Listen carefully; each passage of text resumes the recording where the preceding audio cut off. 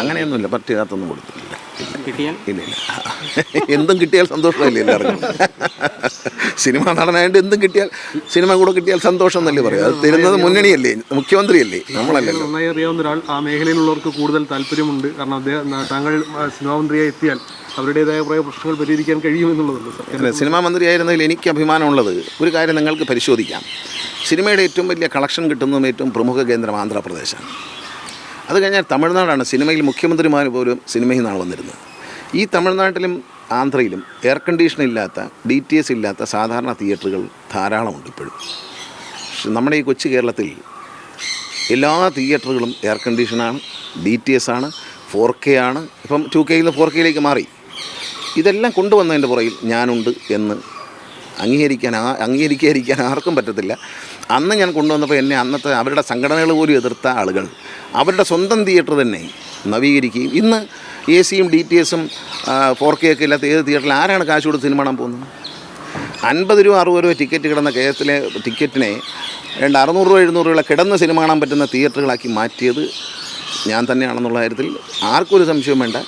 ആരും പറഞ്ഞില്ലെങ്കിലും സാധാരണക്കാരായ ജനങ്ങൾ പറയും ഇയാൾ കൊണ്ടുവന്നതാണ് എന്ന് പറയും. ഞാൻ സർക്കാരിൻ്റെ തിയേറ്ററുകൾ മുഴുവൻ നവീകരിച്ചു. അവിടെ ആളുകളെ തിരക്ക് കൂടിയപ്പോൾ മറ്റുള്ളവരും എൻ്റെ തിയേറ്ററിൽ ആൾ വരണമെങ്കിൽ നവീകരിച്ചേ പറ്റുമെന്ന ബോധ്യമുണ്ടായപ്പോൾ എല്ലാവരും അത് ചെയ്തു. നമ്മൾ മനസ്സിലാക്കണം, കേരളത്തിൽ എയർ കണ്ടീഷൻ ഇല്ലാത്ത, DTS ഇല്ലാത്ത, ഈ 4Kയും മറ്റും ഇല്ലാത്ത തിയേറ്ററുകളില്ല.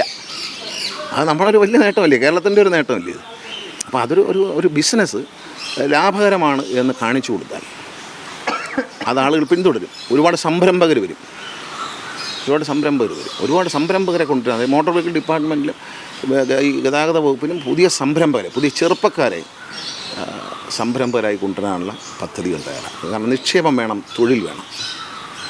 പത്തനാപുരം മണ്ഡലം അവരെ സംബന്ധിച്ച് അങ്ങയുടെ വോട്ടർമാർക്ക് ഇതൊരു വലിയ ഭാഗ്യമാണ്. 3 തവണ അവരുടെ മണ്ഡലത്തിലൊരു മന്ത്രി ഇപ്പോൾ വീണ്ടും സന്തോഷമുണ്ട്. രാഷ്ട്രീയത്തിനതീതമായി അവർക്കെല്ലാം വളരെ സന്തോഷമാണ്.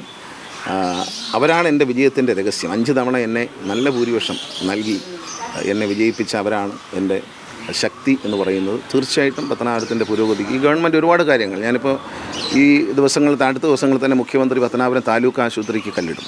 ആരോഗ്യമന്ത്രി പങ്കെടുത്തുകൊണ്ട് കല്ലിടുകയാണ്. 97 കോടി രൂപയാണ്.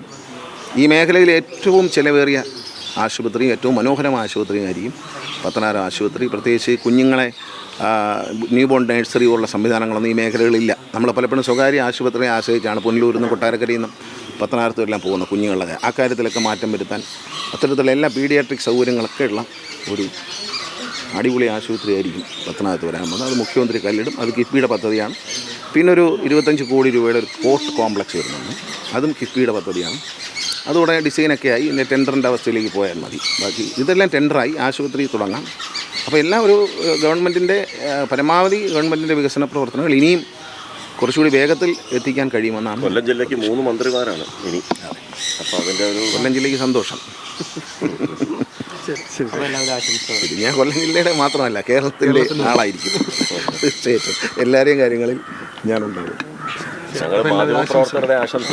തീർച്ചയായിട്ടും നിങ്ങൾ നേരുക. ഞാൻ വന്ന് പറഞ്ഞ് ഒന്നുകൂടെ ആവർത്തിച്ച് പറയുന്നത്, എന്നെ വിവാദങ്ങളിലേക്ക് ദയവ് വലിച്ചെടുക്കരുത്. ഞാൻ അധികം പുറത്തേക്ക് പോകുന്നില്ല, അധികം മീറ്റിങ്ങുകൾ പങ്കെടുക്കുന്നില്ല. എന്നെ ക്ഷണിച്ച് ബുദ്ധിമുട്ടിക്കരുത്. കാരണം KSRTC ഒരു വല്ലാത്ത അവസ്ഥയിലാണ്. അതിനെ നന്നാക്കണമെങ്കിൽ മന്ത്രിക്ക് ഇറങ്ങി നടന്നാൽ പറ്റത്തില്ല. മന്ത്രി ഒരു സ്ഥലത്തിരിക്കാം. ഒരു കാര്യം കൂടെ അതുമായി ബന്ധപ്പെട്ട് ഇപ്പോൾ അങ്ങയുടെ കൂടെ സഹപ്രവർത്തകനാണ് മുകേഷ് MLA. അദ്ദേഹം പറഞ്ഞൊരു ഏറ്റവും പ്രധാനപ്പെട്ട കാര്യമാണ് കൊല്ലത്തെ സ്റ്റാൻഡ്. തീർച്ചയായിട്ടും.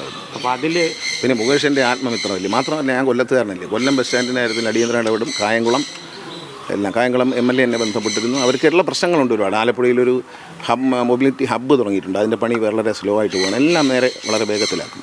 ഞാൻ ചുമ്മാ ഇരിക്കുന്ന ആളല്ല.